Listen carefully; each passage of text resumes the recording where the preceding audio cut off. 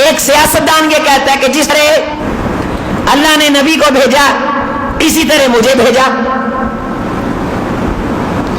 میں دین کے لیے آیا، میں اسلام کے لیے آیا، میں سرزمین مدینہ کی طرز پہ ریاست بنانے کے لیے آیا.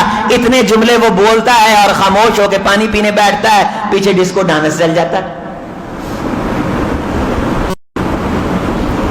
عزیزو ساتھیو، جو مانتا ہے مانے، ووٹ دیتا ہے دے، لیکن کم از کم شریعت نسخ کرنے پہ، شریعت منسوخ کرنے پہ، شریعت کا حلیہ مسخ کرنے پہ حوصلہ افزائی تو نہ کرے. یہ پچھلے 3-4 جلسوں سے پہلے جو جلسہ ہوا ان کا، این جمعے کے وقت ہوا، اس وقت جمعے ہو رہے تھے. یہودی عیسائیوں کو تو جمعے کا احترام ہے، لیکن جس نے سرزمین مدینہ کی ریاست بنانی اسے نہیں پتا. پورا رمضان کا مہینہ این تراویحوں کے وقت جب لوگ مسجدوں میں اللہ کو منا رہے ہوتے تھے، اس نے مجرے کی نظر کیا. لیکن اندازہ فرمائیے کہ دجال کا دجل کس حد تک پھیلا ہوا ہے، لوگ پھر بھی اس کو دینی مسیحا مانتے ہیں. کس حد تک عقل پہ پردے پڑے ہوئے. یہ پڑھا لکھا دور ہے، ریسرچ کا دور ہے، تحقیق کا دور ہے. بھئی لوگ مغالطے میں نہیں آتے، لوگ بڑے سیانے ہو گئے، خاک سیانے ہو گئے. شریعت مسخ کر دی. نماز اور تراویح اور قیام اللیل اور رمضان کی روحانیت کو وہ ساری کی ساری ابلیسی آوازوں کی نظر کر دیا. لیکن اندازہ فرمائیے پھر بھی وہ امیر المومنین سے کم نہیں ہے. وقت کرتا ہے پرورش، برسوں برسوں حادثہ یکدم نہیں ہوتا. یہ کوئی اچانک آنن فانن نہیں ہے، یہ تیار کیے گئے لوگ ہیں. ان کے ذہن کے اندر یہ باتیں ڈالی گئی ہیں. ان کی زبانوں پہ جملے لانے کے لیے کئی 100 سالہ یورپ کی تحقیقات ہیں، اس نے سرمایہ لگایا.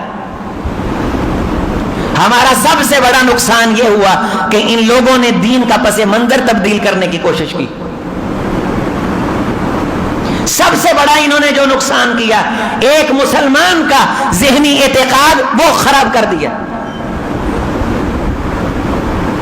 وہ طبقہ جسے ہمیشہ دین کے نام سے تکلیف رہی، اس کے منہ سے دین کا نام سن کے خوش کیوں ہوتا ہے؟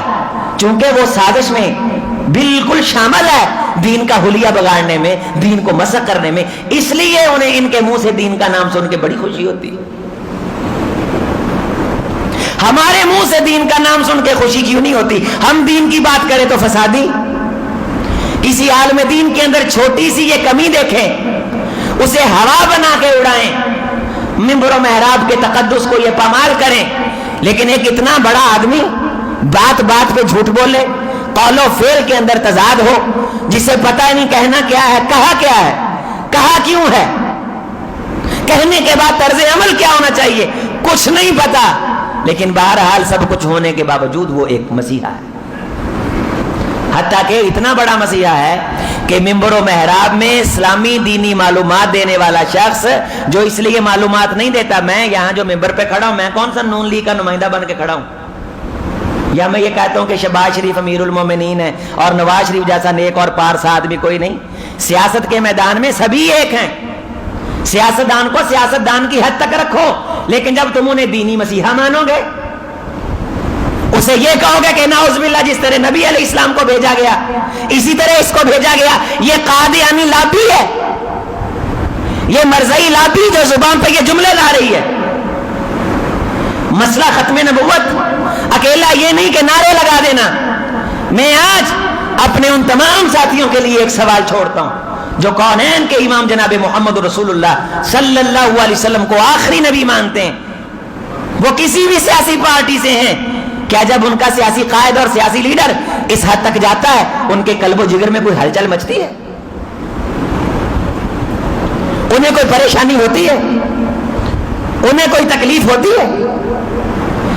اذیت ہونی چاہیے اور ایسے جملوں کے خلاف سٹینڈ لینا چاہیے. یہ ختم نبوت کا مسئلہ، یہ رحمت کائنات علیہ السلام کی ختم المرسلینی کا مسئلہ. آپ پسند کریں، کوئی مسئلہ نہیں، ہمیں کوئی اختلاف نہیں. مرکزی جمعیت اہل حدیث عالمی، مرکزی جمعیت اہل حدیث سے نکلا ہوا ایک گروہ ہے، انہوں نے تحریک انصاف کے ساتھ گٹھ جوڑ کیا. میں نے اس پہ کالم لکھا کہ ہم اس اتحاد کی حوصلہ افزائی کرتے ہیں، یہ سیاسی بنیادوں پہ، اور سیاسی بنیادوں پہ کوئی بھی مذہبی جماعت الدعویٰ کا اتفاق اور اتحاد ان سے ہوا، کوئی مسئلہ نہیں، سیاسی اتحاد ہونے کے ساتھ ہمیں کبھی اعتراض نہیں ہوا، لیکن بات جب اس حد تک آئے، حقائق مسخ کیے جائیں، میں دین کا جنابیلی ٹھیکیدار بن کے آیا، ریاست مدینہ بنانے کے لیے آیا، اور ریاست مدینہ کے بعد پیچھے مجرا شروع ہو جائے، جو جہان کا گند ہے وہ دین کے نام پہ نسل کو پڑھایا اور سکھایا جائے، ایک طرف سے دین کا نام لے دے اور دوسری طرف سے وہ اپنا گند سامنے لے آئے۔ حضرات، اس پہ لوگوں کو انفارم کرنا، آگاہ کرنا، یہ منبر و محراب کی سب سے بڑی اور مرکزی ذمہ داری۔ مرزا غلام احمد قادیانی 1902 کے اندر اس نے نبوت کا دعویٰ کیا۔ اب یہ دھوکہ کس طرح دیتے؟ نہیں، وہ جو مہدی آنا ہے نا، یہ وہ ہے آخر زمانے میں، اس کا انتظار ختم کرو، ہم محمد رسول اللہ صلی اللہ علیہ وسلم کو آخری نبی مانتے ہیں۔ یہ بڑے بڑے لوگوں کو دھوکہ دیتے ہیں۔ جنرل مشرف کا ایک پروگرام تھا باہر کہیں بیرون ملک، وہاں ایک مرزئی انہیں یہ یقین دلا رہا ہے کہ ہم رسول اللہ صلی اللہ علیہ وسلم کو آخری نبی مانتے ہیں، اور ہم غلام احمد قادیانی کو ایک مسیحا مانتے ہیں کہ وہ جدت لے کے آیا، وہ ایک جدت لے کے آیا، قوم کے پراگندہ فسردہ خیالات کہ وہ امام مہدی کے انتظار میں بیٹھے تھے، کام نہیں کرتے تھے۔ مرزا غلام احمد قادیانی تو نعوذ باللہ اللہ کا احسان بن کے آیا، انہوں نے کہا وہ خیال دل سے نکالو، امام مہدی کے انتظار میں بیٹھ کے سستیاں نہ کرو، وہ جو آنا تھا لہٰذا میں آ چکا ہوں، لہٰذا قادیانیت تو میدان عمل میں ابھارنے کے لیے وجود میں آئی۔ لہٰذا قادیانیت کا تصور یہ ہے کہ یہ جدت لے کے آتی ہے، مذہبی لیڈر کو حکومت کے ساتھ مل کے یہ پاور حاصل ہو جاتی ہے کہ وہ اسلام کی کسی شک کے اندر کمی بیشی کر سکتا ہے، جس طرح مرزا غلام احمد قادیانی نے گورنمنٹ انڈیا کے خلاف جہاد کو حرام کر دیا، سلطنت برطانیہ کے سائے کو